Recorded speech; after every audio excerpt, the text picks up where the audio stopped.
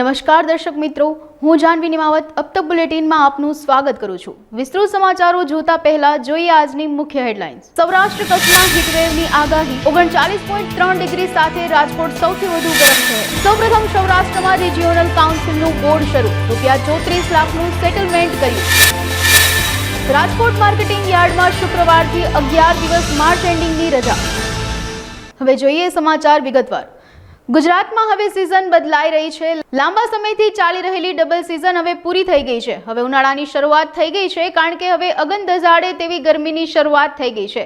પ્રારંભમાં જ સૂરજદાદાએ પોતાનો પ્રકોપ બતાવી દીધો છે। મંગળવારે ગુજરાતના 10 શહેરોમાં મહત્તમ તાપમાન 37 ડિગ્રી અને તેથી વધુ નોંધાયું છે, તો 39.3 ડિગ્રી સાથે રાજકોટ સૌથી વધુ ગરમ રહ્યું છે। 10 શહેરોનું તાપમાન 37 ડિગ્રી તાપમાન નોંધાયું છે, તો 39.3 ડિગ્રી સાથે રાજકોટ રાજ્યનું સૌથી ગરમ શહેર બન્યું છે। સૌપ્રથમ સૌરાષ્ટ્રમાં રિજિયોનલ કાઉન્સિલનું બોર્ડ શરૂ થઈ ગયું છે, જેમાં આજે 7 જિલ્લાના લઘુ અને મધ્યમ ઉદ્યોગકારોના 10 કેસોની અધિક કલેક્ટર ચેતન ગાંધી દ્વારા સુનાવણી કરવામાં આવી હતી। આજના દિવસમાં જ ₹34 લાખનું સેટલમેન્ટ પણ કરવામાં આવ્યું હતું। રાજ્યના લઘુ અને મધ્યમ ઉદ્યોગકારોને વધુ સરળતાથી અને ઝડપથી તેમની વિલંબિત ચૂકવણીની અરજીઓનું નિરાકરણ થાય તે માટે રાજ્ય સરકાર દ્વારા 5 રિજિયનમાં એટલે કે અમદાવાદ, વડોદરા, સુરત, રાજકોટ અને ભાવનગરમાં રિજનલ કાઉન્સિલની સ્થાપના કરવામાં આવી છે, જેને small enterprise facilitation regional council નામ આપવામાં આવ્યું છે। રાજકોટ માર્કેટિંગ યાર્ડમાં આગામી શુક્રવારથી સળંગ 11 દિવસ એટલે કે 1 એપ્રિલ સુધી માર્ચ એન્ડિંગની રજા રહેશે। 22મી માર્ચ યાર્ડમાં નવી કોઈ જણસીની ઉતરાઈ કરવામાં આવશે નહીં। જો માલ પડતર હશે તો તેની હરાજી હાથ ધરવામાં આવશે। ખેડૂતોને શુક્રવારથી જ માલ લઈ ન આવવા તાકીદ કરવામાં આવી છે। રાજકોટ માર્કેટિંગ યાર્ડના યુવા ચેરમેન જયેશભાઈ બોગરાના જણાવ્યા અનુસાર દર વર્ષે યાર્ડમાં માર્ચ મહિનાના અંતમાં સપ્તાહમાં વાર્ષિક હિસાબોના કામ પૂરા કરવા માટે રજા રાખવામાં આવતી હોય છે। આગામી 22મી માર્ચથી 1 એપ્રિલ સુધી રાજકોટ યાર્ડમાં માર્ચ એન્ડિંગની રજા રહેશે। આગામી શુક્રવારથી ખેડૂતોની કોઈ જણસીની યાર્ડમાં ઉતરાઈ કરવા દેવામાં આવશે નહીં। જો કોઈ માલ હરાજી વિનાનો પડ્યો હશે તો શુક્રવારે તેની હરાજી ચોક્કસ હાથ ધરવામાં આવશે। શનિવારથી યાર્ડ સંપૂર્ણપણે બંધ થઈ જશે। મોરબી તાલુકાના લાલપર ગામ નજીક આવેલ લાલપર ઇન્ડસ્ટ્રીયલ એસ્ટેટ 5માં ગત મોડી રાત્રે સ્ટેટ મોનિટરિંગ સેલની ટીમ દ્વારા દરોડો પાડવામાં આવ્યો હતો, જ્યાંથી સ્ટેટ મોનિટરિંગ સેલની ટીમે મોટા પ્રમાણમાં વિદેશી દારૂનો જથ્થો ઝડપી પાડ્યો છે। સાથે જ 10 જેટલા આરોપીઓની પણ અટકાયત કરી 2 કરોડથી વધુનો મુદ્દામાલ કબજે કર્યો છે। એસએમસીને હકીકત મળેલી કે મોરબી વાંકાનેર હાઈવે ઉપર લાલપર ગામ છે। ગામમાં એક ઇન્ડસ્ટ્રીયલ એસ્ટેટમાં રાજસ્થાનના અને અમદાવાદનો એક વ્યક્તિ ભાડે રાખી અને દારૂનું કટિંગ કરે છે તેવી હકીકત મળેલી છે। હકીકત આધારે અમારી એસએમસી વોચમાં હતી। એ દરમિયાન ગઈ રાત્રે અમને એક બોલેરો ગાડી મળી, એના આધારે પીછો કરતાં આખું ગોડાઉન મળી આવેલું। ગોડાઉનમાંથી 3210 પેટી મળી છે, એટલે 61,000 સમથિંગ એવી બોટલ થાય છે અને દારૂની કિંમત 1,51,00,000 થાય છે અને 7 વાહનો મળી આવ્યા છે। એની કિંમત 66,50,000 છે। 10 મોબાઈલ છે, 10 આરોપીઓ છે અને ટોટલ મુદ્દામાલની કિંમત 2,18,00,000 રૂપિયા જેવી થાય છે। આ જે ગોડાઉન છે, ગોડાઉનનો માલિક ભવાનીસિંહ છે, લાલપરના છે। એને 5 મહિના પહેલાં જીમિત નામનો જીમિત શંકરલાલ પટેલ જે રહેવાસી અમદાવાદનો છે એને ભાડે આપેલું અને રાજસ્થાનથી ભરત મારવાડી અને એની સાથે બીજો એક રાજારામ મારવાડી ને પાટણમાં રહી અને દર અઠવાડિયે 2 ગાડીઓનું કટિંગ કરતો હતો એવી પૂછપરછમાં જણાઈ આવેલ છે। એ માલ આવતો હતો રાજસ્થાનથી અને આ આજુબાજુમાં હળવદ મોકલતો હતો, પછી ચોટીલા ખાતે જતો હતો, વાંકાનેર થતો હતો અને થાન જતો હતો અને મોરબી સિટીમાં જતો હતો। બાકીની જે ક્યાં ક્યાં માલ ક્યાંથી લાવતો હતો, કેને કેને મોકલતો હતો એ તપાસનો વિષય છે। તપાસમાં ખુલશે તે રીતે ખબર પડશે। અત્યારે મેઇન જે આરોપી છે જીમિત, એનું મેં આઈન સંચાલન અહીંયા કરતો હતો રમેશ કરીને, રમેશ પૂજા પટણી કચ્છનો છે। એ કેશિયર છે, એ બધું લે વેચનું બધું કામ કરતો હતો। એની પાસેથી 2.5 લાખ રૂપિયા પણ રોકડા મળી આવ્યા છે। એ ફ્રૂટના બોક્સ હતા, પછી મીઠાના પેલી રાખેલી હતી બોક્સ હતું, એની આડમાં રાખી અને કવરિંગમાં આ લોકો ધંધો કરતા હતા। મેઇન 10 આરોપી પકડ્યા છે, એમાં મેઇન આરોપી જીમિત કરીને છે, એનો જે મેનેજર છે એ રમેશ પકડાઈ ગયો છે, કચ્છનો છે। ભરત અને રાજારામ અને જીમિત એ મેઇન જે રાજસ્થાનથી લાવી અને ગોડાઉન ભાડે રાખીને કરતા હતા એ વોન્ટેડ છે। એની પકડવાની કાર્યવાહી ગતિમાં હાથ ધરેલ છે। આણંદ, નડિયાદ અને ગાંધીનગરથી ગોંડલ આવેલા વિદ્યાર્થીઓને ફૂડ પોઈઝનિંગની અસર જોવા મળી હતી. વિદ્યાર્થીઓએ નાસ્તો કર્યા બાદ ઉલટી અને ઉબકા આવતા તાત્કાલિક વીરપુરની સરકારી હોસ્પિટલમાં દાખલ કરવામાં આવ્યા હતા. પ્રાપ્ત પ્રાથમિક વિગત અનુસાર આણંદ, નડિયાદ અને ગાંધીનગરના પ્રવાસીઓ ગોંડલ ફરવા માટે ગયા હતા, જે દરમિયાન તેમણે મંદિરમાં રાત્રિ ભોજન લીધું હતું અને સવારે નાસ્તો કર્યો હતો. ગોંડલથી તેઓ કાગવડ ખોડલધામ જઈ રહ્યા હતા ત્યારે 30 પ્રવાસીઓની તબિયત લથડી હતી. પ્રવાસીઓને ઉલટી, ઉબકા અને કંપન થતું હોવાની ફરિયાદો ઉઠી હતી. પ્રવાસીઓની તબિયત લથડતા તેમને તાત્કાલિક સારવાર અર્થે વીરપુરની સરકારી હોસ્પિટલ ખાતે ખસેડવામાં આવ્યા હતા. આ સમગ્ર ઘટનાની જાણ થતાં પ્રાંત અધિકારી, મામલતદાર સહિતનો કાફલો ઘટના સ્થળે પહોંચ્યો હતો. આજે સવારે નાસ્તા કર્યા બાદ છોકરાઓને ફૂડ પોઈઝન કહેતા કે વોમિટિંગની અસર થયેલી, એમાંથી 25-30 છોકરાઓને વધારે વોમિટિંગની અસર હતી. એટલે એ લોકોને દવાઓ અને સિમ્ટોમેટિક જે બાળકોને જરૂર પડી છે એ લોકોને બાટલો અથવા તો ઇન્જેક્શન દ્વારા સારવાર અપાઈ છે. હાલ તે લોકો સારવાર હેઠળ છે અને બધા સ્વસ્થ છે. એટલે દરેક વાલીઓને આ વિશે જાણ થાય તો ગભરાવાની જરૂર નથી. અત્યારે પ્રાઇવેટ ડૉક્ટરના નિષ્ણાંત ડૉક્ટરો, બાળકોના ડૉક્ટરો, ફિઝિશિયનો અને સરકારી ડૉક્ટરની ટીમ દરેક બાળકોનું ચેકઅપ માટે અહીંયા હાજર જ છે અને અત્યારે એવું કોઈ ચિંતાજનક વસ્તુ નથી. આજે સવારે જે મોર્નિંગમાં નાસ્તાની અંદર જે ફૂડ પોઈઝનિંગ જેવું થોડું થયું હતું, આ બાળકોને તમામને ચેકઅપ થઈ ગયેલ છે અને ગામમાંથી 3 ફિઝિશિયન આવ્યા હતા અને બાકીના બધાય બીજા બ્રાન્ચના અને બધા ટેકનિશિયનો આવી અને ટ્રીટમેન્ટ કરી દીધેલ છે અને બધાનું ચેકઅપ થઈ ગયું છે અને સિવિલનો સ્ટાફ પણ આવી ગયો છે. પણ બહુ વધારે કાંઈ કોઈને વધારે એડમિટ કરવું પડે એવું છે નહીં. બધાને ખાલી આઈવી ફ્લૂઇડથી અને થોડા 1-2 ઇન્જેક્ટેબલથી એકદમ સારું થઈ ગયું છે. રાજકોટમાં રૈયા રોડ પર આરએમસી ક્વાર્ટરમાં મૈત્રી કરારમાં રહેતા મિત્રએ જ મહિલાનું મોઢું ઓશિકા વડે દબાવી મોતને ઘાટ ઉતારી દીધી હતી. ઘટનાની જાણ થતાં યુનિવર્સિટી પોલીસના પીઆઈ એનવાય રાઠોડ તેમજ સેકન્ડ પીઆઈ જાદવ તેમજ એસીપી રાધિકા ભારાઈ સહિતના અધિકારીઓ અને કર્મચારીઓ ઘટના સ્થળે દોડી ગયા હતા. પોલીસે ઘટના સ્થળે પંચનામું કરી મૃતદેહને પોસ્ટમોર્ટમ અર્થે ખસેડી કાયદેસરની કાર્યવાહી હાથ ધરી છે.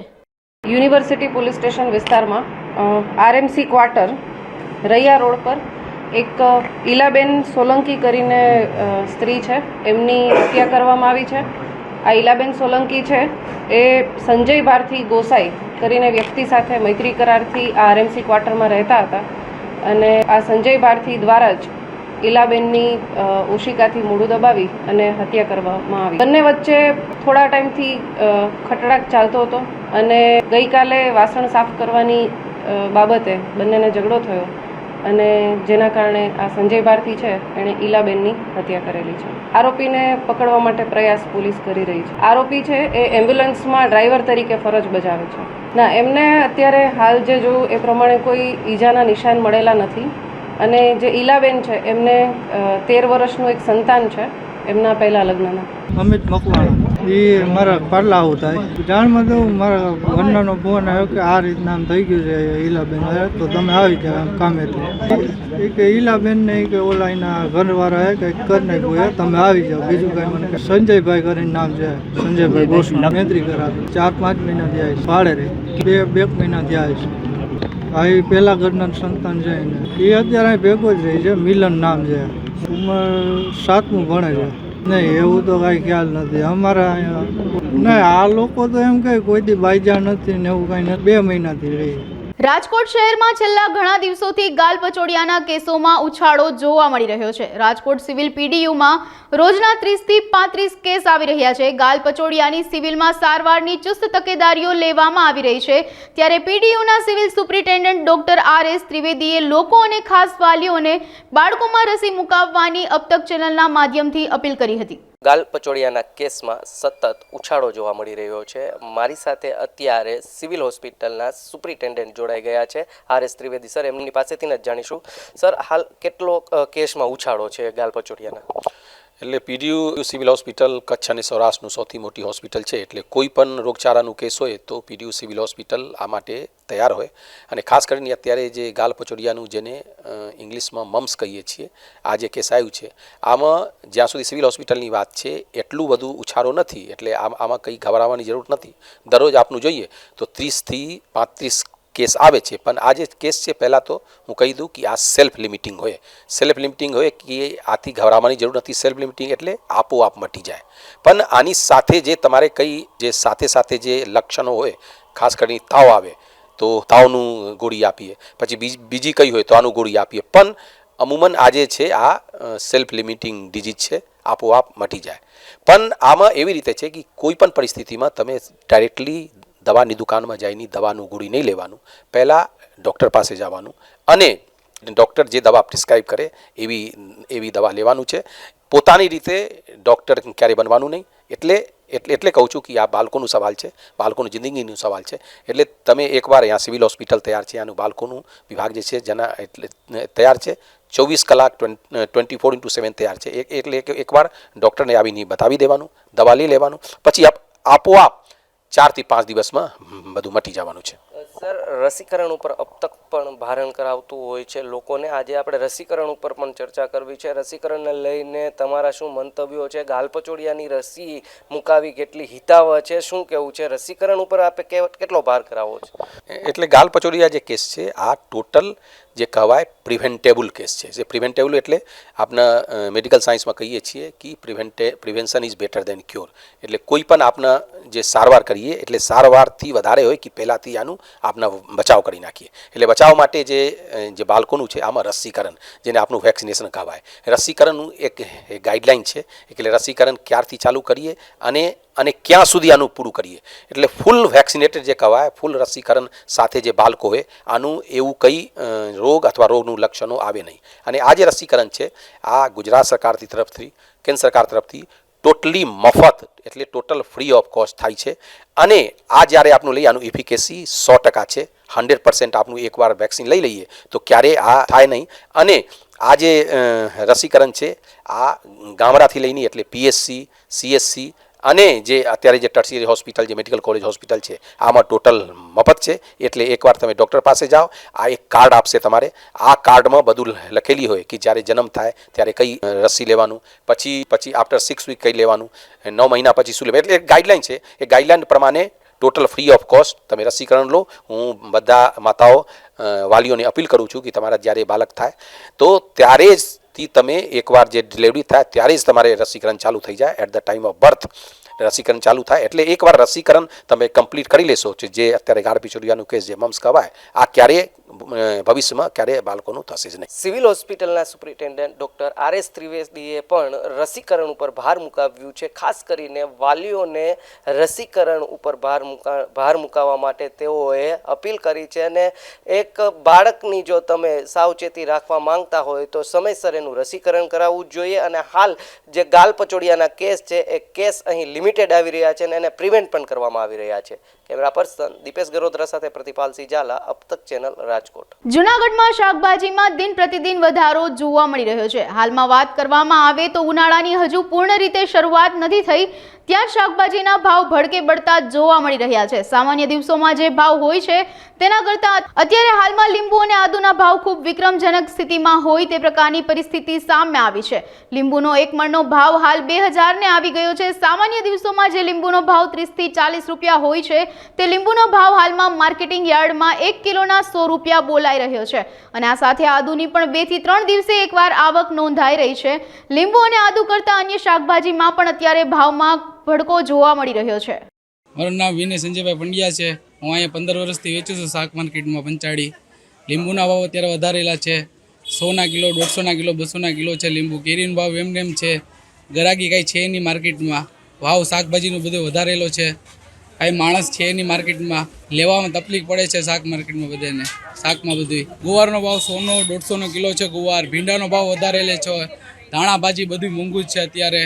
શાક બધું અત્યારે મોંઘું છે. બધાને તકલીફ લેવામાં પડે છે મોંઘા. રાજકોટની નામાંકિત નિધિ સ્કૂલ દ્વારા વિશ્વ ચકલી દિવસની વિદ્યાર્થીઓ અને વાલીઓને ચકલીના માળા વિતરણ કરી ઉજવણી કરવામાં આવી હતી. તદુપરાંત વિદ્યાર્થીઓ દ્વારા શાળા પાસેના સ્થાનિક ઘરો અને ઝાડ પર ચકલીના માળા લગાડવામાં આવ્યા હતા. ચકલીના જતન અને રક્ષણની સમાજમાં જાગૃતતા ફેલાવવા હેતુ નિધિ સ્કૂલ દ્વારા કાર્યક્રમ યોજવામાં આવ્યો હતો. સમગ્ર કાર્યક્રમની વિસ્તૃત માહિતી નિધિ સ્કૂલના ટ્રસ્ટી યશપાલસિંહ ચુડાસમાએ પૂરી પાડી હતી. યશપાલસિંહ ચુડાસમા, મેનેજિંગ ટ્રસ્ટી નિધિ સ્કૂલ. આજરોજ 20 માર્ચ 2010ના રોજ આપણે વિશ્વ ચકલી દિવસ ઉજવીએ છીએ. વિશ્વ ચકલી દિવસ અત્યારે એક લુપ્ત થતી એક પક્ષીની અંદર એક જાતિ જે આપણે જોઈએ તો સવારે નો પહોર જે હોય છે એમાં ચકલીઓના ગુંજનથી જ દરેકની સવારની શરૂઆત થતી હોય છે. ગામડાની અંદર પણ સૌથી વધારે પ્રમાણની અંદર અવાજ આવતો હોય કોઈ પક્ષીઓનોથી હંમેશા ચકલીનો હોય છે. અને આંગણે દરેકના આંગણે ચકલી હોય તો એ પોતાની એક મિલકત હોય એ જ પ્રમાણે એને રાખતા હોય છે.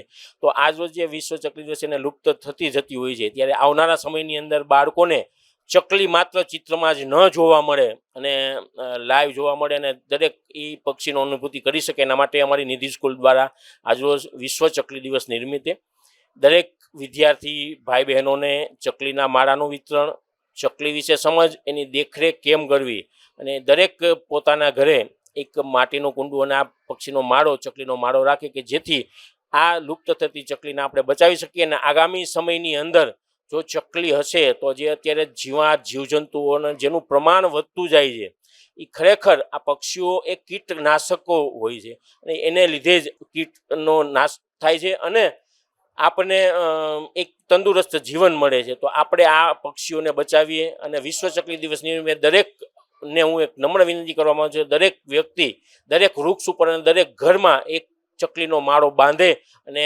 આવનારા સમયની અંદર ચકલીઓની પ્રજાતિઓનો વધારો થાય એવી નેમ. રાજકોટ પુજારા ટેલિકોમ અને પુજારા પરિવાર દ્વારા શ્રીનાથજીની ઝાંખીનું ભવ્ય આયોજન તેમના ફાર્મ હાઉસ અધીરા ખાતે કરવામાં આવ્યું હતું. આ કાર્યક્રમમાં સમાજના શ્રેષ્ઠીઓ, રાજકીય આગેવાનો સહિતના ખૂબ મોટી સંખ્યામાં વૈષ્ણવો ઉપસ્થિત રહ્યા હતા. શ્રીનાથજી ભગવાનના 8 સ્વરૂપના દર્શનનું આયોજન પણ કરવામાં આવ્યું હતું અને ભક્તિ સંગીતના માધ્યમથી ઉપસ્થિત ભાવિ ભક્તો મંત્રમુગ્ધ થયા હતા. બીજી તરફ આ કાર્યક્રમમાં રાજકોટના ખ્યાતનામ ઉદ્યોગકારો તથા વિવિધ સમાજના આગેવાનો પણ ઉપસ્થિત રહ્યા હતા અને આ ભક્તિમય વાતાવરણના સાક્ષી બન્યા હતા. પુજારા પરિવાર અને પુજારા ટેલિકોમ દ્વારા રાજકોટ લોકસભા બેઠકના ભાજપ ઉમેદવાર પરસોત્તમભાઈ રૂપાલાનું પણ વિશેષ સન્માન કરવામાં આવ્યું. મારું નામ છે Hitesh Patel, marketing head Pujara group. જે અત્યારે યોગેશભાઈ પુજારાના ફાર્મ હાઉસ અધીરા ફાર્મ પર આપણે છીએ અને ત્યાં અવારનવાર પુજારા ટેલિકોમ પરિવાર દ્વારા ઘણા બધા કાર્યક્રમો થતા હોય છે, ખાસ કરીને સત્સંગ કાર્યક્રમો હોય છે. અને આજનો કાર્યક્રમ છે તે કંઈક ખાસ છે, કારણ કે આજે શ્રીનાથજીની ઝાંખી અને 8 સમાના દર્શનનો કાર્યક્રમ રાખેલો છે કે જેમાં શહેર ભાજપના તમામ અગ્રણીઓ સહિત જે ભાજપા ઉમેદવાર છે રાજકોટ 10 લોકસભાના, એમના પુરુષોત્તમભાઈ રૂપાલા પણ પધારી રહ્યા છે અને ખાસ એમના સન્માન અહીંયા થવાનું છે. પુજારા ટેલિકોમ પરિવાર વતી એમનું સન્માન કરવા. રાજકોટના આંગણે ડ્રીમલેન્ડ પાર્ટી પ્લોટ ગ્રુપ દ્વારા પિતા વિહોણી સર્વે જ્ઞાતિઓની 51 દીકરીઓના 11મા ભવ્ય સમૂહ લગ્નોત્સવનું આયોજન કરવામાં આવ્યું છે. આગામી તારીખ 23 માર્ચ શનિવારે Dreamland party plot group Asharam આશ્રમ ખાતે કણકોટ રોડ રાજકોટ ખાતે સમૂહ લગ્ન ઉત્સવનું આયોજન કરવામાં આવ્યું છે. ડ્રીમલેન્ડ પાર્ટી પ્લોટ ગ્રુપના મોભી રમેશભાઈ ફુલાભાઈ રીબડિયાના માર્ગદર્શન હેઠળ સમગ્ર સમૂહ લગ્ન અને લોક ડાયરો યોજાશે. દીકરીઓને આશીર્વાદ આપવા માટે ઇન્દ્ર ભારતી બાપુ, જુનાગઢ માધવ પ્રિયદાસજી સ્વામી, હિન્દુ ધર્મસેના રાજેન્દ્ર દાસજી બાપુ સહિત સાધુ સંતો ઉપસ્થિત રહેશે. આ અંગે વધુ વિગતો ડ્રીમલેન્ડ પાર્ટી પ્લોટ ગ્રુપના આગેવાનોએ અબ તક મીડિયાની મુલાકાત લઈ માહિતી પૂરી પાડી હતી. 51 દીકરીઓ એવી છે કે જે પિતા વિહોણી છે, માતા વિહોણી છે અને જેમને પાછળ કોઈ કરવાવાળું નથી. આવી બધી જે દીકરીઓ છે જેને પિતાની હૂંફ પૂરી પાડવા માટે અમે બધા મિત્રો અને ખાસ કરીને રમેશભાઈ રીબડિયા, જેમને આ આયોજન પહેલેથી કરતા આવતા હતા અને અમે સમયની સાથે આમાં જોડાણા અને એક સમાજ અને એક પરિવારને હૂંફ પૂરી પાડી શકાય આના માટે અમે એક આ પ્રયત્ન કરી રહ્યા છીએ. અને 51 દીકરીઓનો સમૂહ લગ્ન આ વખતે અમે કરીએ છીએ અને 11 વર્ષથી આ અવિરત કાર્ય રમેશભાઈ રીબડિયા કરતા હતા. સમયની સાથે અમે એમને જરૂરિયાત મુજબ દાન પૂરું કરતા હતા. પછી અમને વિચાર આવ્યો કે આ કાર્યમાં અમે પણ સહભાગી થઈએ, તો ધીરે ધીરે બધા મિત્રો જોડાતા ગયા અને એક ભવ્ય આયોજન આ વર્ષે અમે કરી રહ્યા છીએ. પહેલાંના સમયમાં, આજથી 10-15 વર્ષ પહેલાંની વાત કરીએ બરાબર, તો પહેલાંના સમયમાં અમારા રમેશભાઈ જે છે, પહેલાં તો એક નાની વાત એના વિશે થોડોક પરિચય આપી દઈશ કે રમેશભાઈ રીબડિયા છે જેમને અત્યાર સુધી મેરેજ કરેલા નથી, તેમની પાસે પોતાનું ઘર નથી, કોઈ પણ એનું જીવન નથી, છતાં પણ બધી દીકરીઓને સિલેક્ટ કરી અને બધી દીકરીઓના સમૂહ લગ્નનું આયોજન એકલા હાથે અત્યાર સુધી કરતા હતા. દાતાઓ ઘણા બધા હતા પણ એમની પાસે કાર્યક્રમ માટે કોઈ ટીમ નથી. એટલે ધીમે ધીમે અમે જોઈન્ટ થયા અને એના કહેવા મુજબ એવું છે કે પહેલી વખત એના ધોરાજી સાઈડમાં કોઈ સમાધાનમાં ગયા હશે અને ત્યાં કોઈ દીકરીની સાસુએ એમને મેણું મારેલું કે ભાઈ તું તારા બાપાની ઘરેથી કાંઈ લઈ આવી નથી. તો આ મેણાને રમેશભાઈએ બહુ દિલથી લઈ લીધું અને ત્યાર પછી એને એક આવો વિચાર આવ્યો કે ભાઈ મારી બેનું દીકરીઓ જે સમાજની અંદર છે જેમને કોઈ ઓછાયો નથી મા બાપનો, તો એમના લગ્ન અને એમના પરિવારમાં પૂરો કરિયાવર આપી શકાય.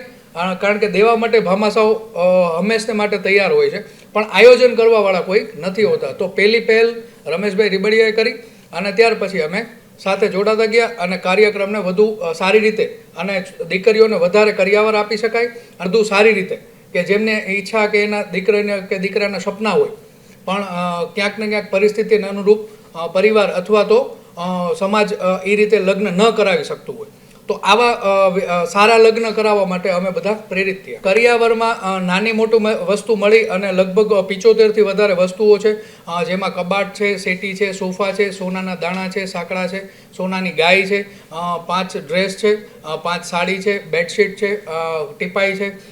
લગભગ જીવન નિર્વાહ કરવા માટે જે કાંઈ પણ કરિયાવર એક જોતો હોય ઘર ચલાવવા માટે એ ઝાઝામાં ઝાઝો કરિયાવર આપવાનો આપણે પ્રયાસ કર્યો છે. અમારા સમૂહ લગ્નમાં પહેલી મોટી વાત તો એ છે કે અત્યાર સુધીના તમે જેટલા સમૂહ લગ્ન જોયા છે લગભગ પાર્ટી પ્લોટની અંદર કોઈ પણ આયોજન નથી હોતું. એમાં હું ખૂબ ધન્યવાદ આપીશ રાજનભાઈ સખિયાને, કારણ કે જેમને પાર્ટી પ્લોટ અમને 2 વર્ષથી આપે છે. ગયા વર્ષે પણ અમારું ડ્રીમલેન્ડ પાર્ટી પ્લોટમાં આયોજન હતું. આ વર્ષે પણ ભવ્ય આયોજન ત્યાં કરેલું છે, જ્યાં બફે જમવાનું હશે. 25થી વધારે સિક્યુરિટી પંકજભાઈના તરફથી સહયોગ છે, એટલે સિક્યુરિટી, વાહન પાર્કિંગ અને વ્યવસ્થિત 51 મંડપ કે જે આપણે પાર્ટી પ્લોટની અંદર જે રીતે આયોજન થાય બરાબર, અને એક સગવડતાવાળું આયોજન કરી અને સગવડતાવાળા લગ્ન આપણે કરીએ છીએ. એમાં જયમંતભાઈ દવે છે ખાસ કરીને બરાબર, પછી શીતલબેન છે પટેલ છે, મયંકભાઈ બારોટ છે અને બીજા અન્ય કલાકારો છે કે જે પોતાની સેવા આપવા આવશે બરાબર. અને સંગીતના કે ડાયરાના માહોલથી એક માણસોને સારો સંદેશ મળે. જાહેર જનતાને મારી અપીલ છે કે 23/3/2024ના રોજ ડ્રીમલેન્ડ પાર્ટી પ્લોટ જે આસારામ આશ્રમની સામે છે કણકોટ રોડ ઉપર બરાબર, ત્યાં અમે 23/3 અને સાંજે 5 વાગે જાનનું આગમન થશે, 8:30 વાગે હસ્તમેળાપ હશે અને 9:30 વાગે આપણે લોક ડાયરીનું આયોજન કરેલું છે બરાબર. તો બધાને અપીલ છે કે આમાં બની એટલા સહભાગી થાવ અને દીકરીઓને આશીર્વાદ મળે એવા આશીર્વાદ આપો.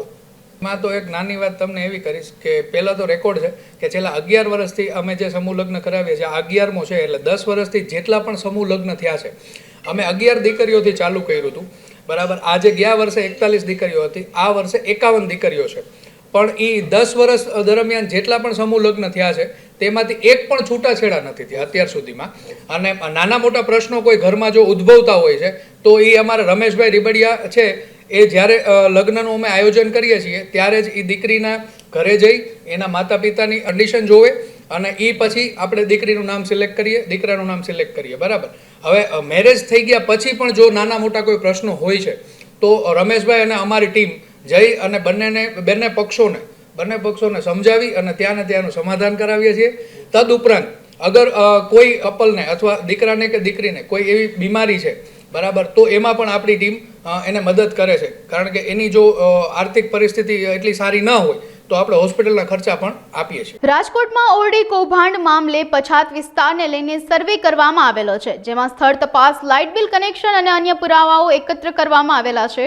કૌભાંડમાં 8 જેટલા અલગ અલગ વ્યક્તિઓના નામ સામે આવ્યા હતા, જેની સામે સરકારી જમીન ઉપર દબાણ કરવા અને ભાડું એકત્ર કરવા અંગે કાર્યવાહીને લઈ આરએમસી કમિશનર આનંદ પટેલે નિવેદન આપતા જણાવ્યું હતું લેન્ડ ગ્રેબિંગ એક્ટ હેઠળ કાર્યવાહી કરવામાં આવશે. કોઈ વ્યક્તિ કે સમૂહ દબાણ કરે તો તેની સામે દબાણ કરવા અંગે કાર્યવાહી થશે. હાલ આચારસંહિતા છે, જેને લઈને કાયદેસર નિયમ મુજબ કાર્યવાહી થશે. આ મુદ્દો આપણા ધ્યાન ઉપર આવેલો હતો. આ જે આખો એરિયા છે આપણો નોટિફાઈડ સ્લમ એરિયા છે, એટલે 10 વર્ષ પહેલાં જ્યારે આપણે અલગ અલગ સ્લમની સર્વે કરવામાં આવેલો હતો એ વખતે આ સ્લમ એરિયાનો પણ એમાં સમાવેશ કરવામાં આવેલો હતો. અને આ સ્લમમાં કેટલાક ઇસમો દ્વારા ભાડેથી ઓરડી વગેરે આપવાની અથવા તો રહેઠાણ આપવા માટેની વિગતો ધ્યાન ઉપર આવેલી હતી. આપણે આપણી ટીમના મારફતેથી આ તમામ આખા સ્લમ એરિયાના 1000થી વધારે મકાનોનો ઘરે ઘરે જઈ સર્વે કરેલો છે.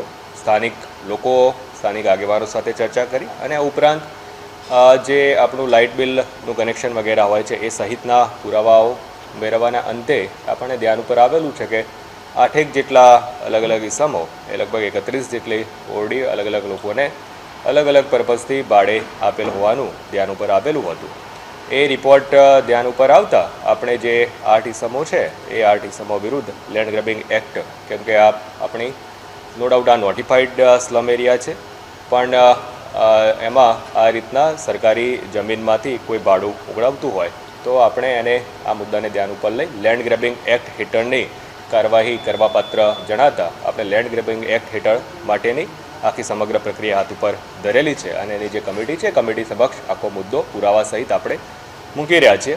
એટલે લેન્ડ ગ્રેબિંગ એક્ટ હેઠળ એની આગળની જે પણ કાર્યવાહી હશે એ કમિટી દ્વારા કરવામાં આવશે. મેં વાત કરી એમાં આ જે સ્લમ એરિયા છે એ slum area notified slum area છે અને નોટિફાઈડ સ્લમ એરિયા માટેની અલગ અલગ યોજનાકીય રીતે જે એના પ્રાવધાનો નિયત કરવામાં આવેલા છે. પણ સ્વાભાવિક છે કે એ સ્લમ એરિયામાં કોઈ આ રીતની ગેરકાયદેસર પ્રવૃત્તિ કરતું હોય તો એ ચોક્કસ એ જે છે એને દબાણ જ ગણવાનું રહે છે અને એને રિમૂવ કરવાનું રહેતું હોય છે. એટલે દબાણ દૂર કરવું પ્લસ લેન્ડ ગ્રેબિંગ એક્ટ હેઠળની જે કાર્યવાહી કરવાની થાય એ બંને પ્રક્રિયાઓ આપણે હાથ ઉપર ધરી છે. જ્યાં સુધી દબાણનો વિષય છે તો ચોક્કસપણે હાલમાં જે આચારસંહિતા છે તો આચારસંહિતાના જે પ્રોવિઝન્સ છે એ પ્રોવિઝન્સને ધ્યાને લઈ અને એ કાર્યવાહી કરવાની આપણે રહે છે. એટલે લેન્ડ ગ્રેબિંગ પ્લસ દબાણ રિમૂવલ કરવાની બંને પ્રક્રિયાઓ એમાં આપણને કરવાની રહે છે. એટલે આ સ્લમ છે નોટિફાઈડ સ્લમ એરિયા છે. જે તે વખતે આપણે જ્યારે એનો સર્વે કર્યો ત્યારે લગભગ 750 વધારે મકાનો જે તે વખતે હતા અને આ જૂના સ્લમ તરીકે નોંધાયેલો એરિયા છે. અને મેં વાત કરી એમ સ્લમ એરિયા માટેની અલગથી પ્રોવિઝન્સ એના રીડેવલપમેન્ટ વગેરે માટેના હોય છે, એની યોજનાઓ પણ અલગથી રહેતી હોય છે. જ્યાં સુધી ભાડેથી આપવાનો મુદ્દો છે એ સ્લમનો ઇન્ટરનલ જે આવા કેટલાક લોકો છે એ લોકો દ્વારા કરવામાં આવતું હોવાનું ધ્યાન આવેલું છે. એટલે સીધું એડમિનિસ્ટ્રેટિવલી એમાં એવું કોઈનું સ્પેસિફિકલી કોઈ વ્યક્તિગત રીતે એવું કોઈનો ધ્યાન ઉપર આવતું નથી. જે વ્યક્તિઓનું ધ્યાન ઉપર આવેલું છે એ વ્યક્તિઓ વિરુદ્ધ ચોક્કસપણે આપણે કાર્યવાહી કરી રહ્યા છીએ. તેમાં ઘણી વખત આ સ્લમ જે તે વ્યક્તિની પાસે હોય એ વ્યક્તિ પોતે ખાલી કરી દીધેલું હોય અને પછી પાછળથી અન્ય કોઈ લોકોને ઇલીગલી ક્યાંક વેચાણ વ્યવહાર થયું હોય અથવા તો ઇલીગલી આવી રીતના ભાડું આપવામાં આવતું હોય તો એ વ્યક્તિઓ વિરુદ્ધ ચોક્કસપણે આપણે કાર્યવાહી કરવાની થતી હોય અને જે મુજબ આપણે કાર્યવાહી કરી રહ્યા છીએ. રાજકોટ શહેરમાં ચાલુ વર્ષે આશરે 10,000 લોકો શ્વાનનો શિકાર બન્યા છે. શ્વાને આમ તો વફાદાર પ્રાણી ગણાય છે અને એટલા માટે તે લોકો સાથે સરળતાથી રહી શકે છે, પરંતુ ખાસ કરીને જ્યારે ઉનાળો આવતો હોય છે ત્યારે શ્વાન કરડવાના કેસમાં વધારો થતો હોય છે. ત્યારે આ અંગે રાજકોટ મહાનગરપાલિકાના મેટર્નિટી ઓફિસરે જણાવ્યું હતું કે ઉનાળામાં શ્વાનોમાં સ્ટ્રેસનું પ્રમાણ વધી જતું હોય છે, પરિણામે શ્વાનો આ ઋતુમાં વધારે લોકોને કરડતા હોય છે. રાજકોટમાં છેલ્લા 1 વર્ષમાં ડોગ બાઇટના કેસમાં વધારો થયો છે. એપ્રિલ 2023 થી લઈને માર્ચ 2024 સુધીમાં લગભગ 10,000 જેટલા લોકોને શ્વાનો કરડ્યા હતા. ત્યારે લોકોને પણ રસ્તે રખડતા શ્વાનોથી સાવચેત રહેવા અપીલ કરાઈ છે. આપણે રાજકોટ મહાનગરપાલિકાની વાત કરીએ તો વાર્ષિક જોઈએ તો વાર્ષિક અંદાજે આપણને 9,000 થી 10,000 જેટલા ડોગ બાઇટના કેસીસ જોવા મળતા હોય છે. અને હમણાં જોઈએ તો જ્યારે વાતાવરણમાં એટલે કે ઋતુ ચેન્જ થાય ત્યારે ડોગમાં સ્ટ્રેસ વધવાના કારણે માઇનર ડોગ બાઇટના કેસીસમાં વધારો થતો હોય છે. અત્યારે જોઈએ તો કાલે જે આરોગ્ય શાખા દ્વારા આપણને જે ડોગ બાઇટના કેસીસ જોવા મળ્યા એ જોતાં ગત માસની પ્રમાણમાં જાન્યુઆરીના પ્રમાણમાં ફેબ્રુઆરીમાં પણ ડોગ બાઇટના કેસીસમાં ઘટાડો થયો છે. બહુ કોઈ વધારો થયો હોય તેવા જોવા મળેલ નથી. ડોગ બાઇટના કેસ કેમ વધતા જાય છે, એનું કારણ શું? ડોગ બાઇટ આપણી સામે આવે છે કેસીસ, પણ ડોગ બાઇટના કેસીસ વધતા જતા હોય છે એવું નથી. જોઈએ તો આપણે 2016-17માં જોઈએ તો રાજકોટ મહાનગરપાલિકા વિસ્તારમાં 5 વર્ષ પહેલાં 13,000 થી 14,000 જેટલા ડોગ બાઇટના કેસીસ નોંધાતા હતા. જેમાં જોઈએ તો શહેરનો વિસ્તાર પણ વધેલ છે, સંખ્યામાં પણ વધારો થતાં છતાં પણ જોઈએ તો હાલે આપણે અંદાજિત 10,000ની આજુબાજુ ડોગ બાઇટના કેસીસ જોવા મળે છે. જે જોતાં જોઈએ તો આપણે રાજકોટ મહાનગરપાલિકા વિસ્તારમાં ક્રમાનુસાર ધીરે ધીરે ડોગ બાઇટના કેસીસમાં ઘટાડો થતો હોય તેવું જોવા મળી રહ્યું છે. જ્યારે પશુઓમાં અને ખાસ કરીને ડોગમાં જોઈએ તો જ્યારે સ્ટ્રેસ વધતો હોય એ સમયગાળા દરમિયાન ડોગ બાઇટના કેસીસમાં મહદઅંશે વધારો જોવા મળતો હોય છે. જ્યારે ઉનાળો હોય ત્યારે ગરમીના કારણે ડોગમાં પણ સ્ટ્રેસનું પ્રમાણ વધે છે, જેના હિસાબે મહદઅંશે ડોગ બાઇટના કેસીસમાં વધારો જોવા આપણને મળતો હોય છે. આજે વિશ્વ ચકલી દિવસ નિમિત્તે જૂનાગઢમાં વર્ષ 2012 થી નિસર્ગ નેચર ક્લબ દ્વારા ચકલીના માળાનું નિઃશુલ્ક વિતરણ કરવામાં આવે છે. અત્યાર સુધીમાં 1 લાખથી વધુ ચકલીના માળાનું વિતરણ કરવામાં આવ્યું છે. ફક્ત વિશ્વ ચકલી દિવસ નિમિત્તે જ નહીં, કાયમી ધોરણે ચકલીના માળાનું વેચાણ કરે છે. લોકો નિસર્ગ નેચર ક્લબ તળાવ દરવાજા પાસે આવેલ ગણાત્રા ડેન્ટલ ક્લિનિક પરથી વિનામૂલ્યે મેળવી શકે છે. હું ડોક્ટર પાર્થ ગણાત્રા, પ્રમુખ નિસર્ગ નેચર ક્લબ જુનાગઢ. આજે 20 માર્ચ એટલે કે વિશ્વ ચકલી દિવસ. વર્ષ 2010 થી વિશ્વભરમાં લુપ્ત થતી ચકલીને બચાવવા માટે વિશ્વ ચકલી દિવસની ઉજવણી શરૂ કરવામાં આવી છે. ત્યારે અમારી સંસ્થા નિસર્ગ નેચર ક્લબ જુનાગઢ દ્વારા પણ વર્ષ 2012 થી ચકલી બચાવો અભિયાન અંતર્ગત વિનામૂલ્યે ચકલીના માળાનું વિતરણ કરવામાં આવે છે. વર્ષ 2012 થી અત્યાર સુધીમાં 1 લાખ કરતાં પણ વધારે માળાનું અમારી સંસ્થા દ્વારા વિનામૂલ્યે વિતરણ કરવામાં આવ્યું છે. ફક્ત ચકલી દિવસના દિવસે જ પણ નહીં, પણ આખા વર્ષ દરમિયાન પણ અમારી સંસ્થા નિસર્ગ નેચર ક્લબ જુનાગઢ દ્વારા તળાવ દરવાજા સ્થિત અમારી ગણાત્રા ડેન્ટલ હોસ્પિટલ ખાતે વિનામૂલ્યે ચકલીના માળાનું વિતરણ કરવામાં આવે છે. અને અત્યારે ઉનાળો છે તો તમે બધા તમારી અગાસીમાં અથવા રવેશમાં પાણી રાખજો અને શક્ય હોય તો ચણ પણ નાખજો અને અબોલ પક્ષીઓને બચાવવા અમારી સંસ્થાને મદદરૂપ થજો. હાલ સમાચારોમાં બસ આટલું જ. વધુ સમાચારો માટે જોતા રહો અબ તક. નમસ્કાર.